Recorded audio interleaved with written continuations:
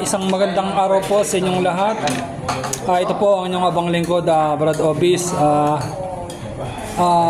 Bumabati po sa ating pong Brad Mel ng PNR chapter ng South Caloocan Council, no, under ni Chairman Jael Paras, no, at sa Skeptron Support Alliance.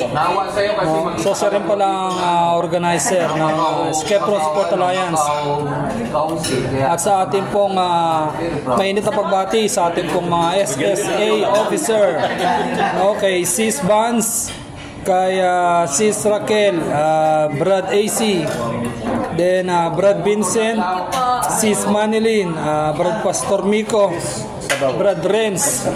Ito po, ang pagbati pong ito ay sa kailangan po ng ating napakaganda at napakasexing sis, no, si Sis Juby, no, in behalf of the Founding Fathers and the Board of Trustee and also the National Council officers as well, no.